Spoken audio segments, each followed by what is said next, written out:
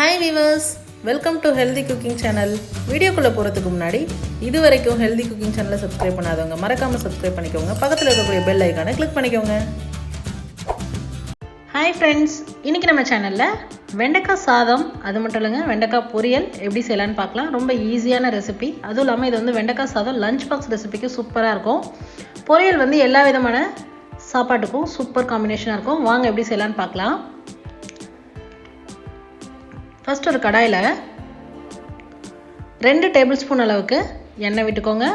எண்ணெய் சூடானதும் கடுகு, 1 டீஸ்பூன் அளவுக்கு உளுந்தம்பருப்பு, அதுக்கப்புறமா 1 கைப்பிடி அளவு சின்ன வெங்காயம் நறுக்கி சேர்த்துருக்கேன். அடுத்ததாக கருவேப்பிலை. இதெல்லாமே நல்லா வதங்கினதுக்கப்புறமா வெண்டைக்காய் வந்து ரொம்ப மொத்தமாகவும் இல்லாமல் ரொம்ப மெல்லிசாகவும் இல்லாமல் இந்த மாதிரி கட் பண்ணி எடுத்துக்கோங்க. இப்போ இது எல்லாத்தையும் சேர்த்து எண்ணெயில் கலந்து விட்டுடலாம்.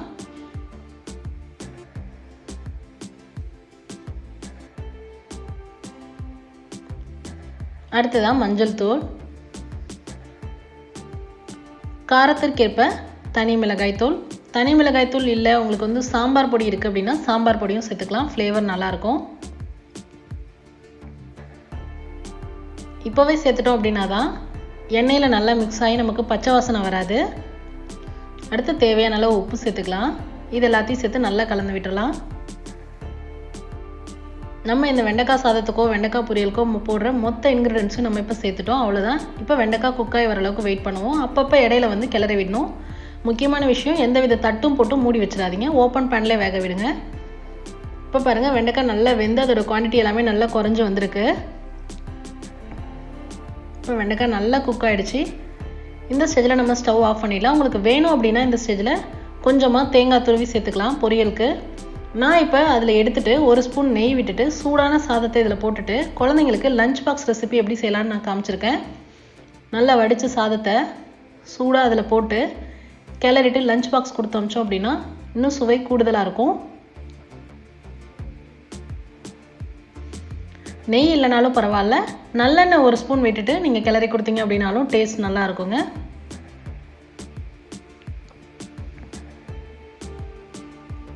இந்த மாதிரி பொரியல் செஞ்சோம் அப்படின்னா ஒன்று லாஸ்ட்டாக தேங்காய் போட்டுட்டு இறக்கிக்கலாம், இல்லை அப்படியேவும் நம்ம தேங்காய் போடாமல் சாப்பிட்டோம்னாலும் பொரியல் நல்லாயிருக்கும். இன்னொரு ரெசிபி பார்த்திங்கன்னா அதில் சாதத்தை போட்டு நெய் விட்டு கிளறணும் அப்படின்னா வெண்டைக்காய் சாதமும் தயாராகிடும். ஒரே ரெசிப்பியில் 2 டிஷ் பண்ணலாம். வெண்டைக்காய் சாதம் வெண்டைக்காய் பொரியல் ரொம்ப சூப்பராக தயாராகிடுச்சு. இந்த வீடியோவில் நம்ம இன்றைக்கி வெண்டைக்காய் சாதமும் வெண்டைக்காய் பொரியலும் எப்படி செய்யலான்னு பார்த்தாச்சு. இது போன்ற ஹெல்தி ரெசிபிஸ்க்கு மறக்காமல் ஹெல்தி குக்கிங் சேனலை சப்ஸ்கிரைப் பண்ணுங்கள். இந்த வீடியோ உங்களுக்கு பிடிச்சிருந்தா லைக் பண்ணுங்கள், ஷேர் பண்ணுங்கள், கமெண்ட் பண்ணுங்கள். தேங்க்ஸ் ஃபார் வாட்சிங் ஃப்ரெண்ட்ஸ்.